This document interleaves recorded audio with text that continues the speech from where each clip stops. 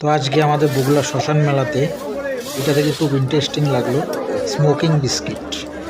তাই ফট করে নজর গেল, তাই ওটাই এক প্লেট অর্ডার দিলাম। ওটাই বানানো চলছে। বিস্কিটগুলো কেটে রেখে দিল, এবার ওর ভিতরে নাইট্রোজেন দিয়ে দিবে। কি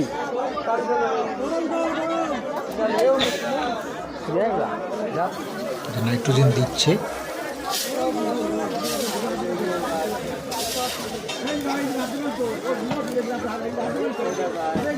রেডি হয়ে গেল। ওরে ঠান্ডা রে।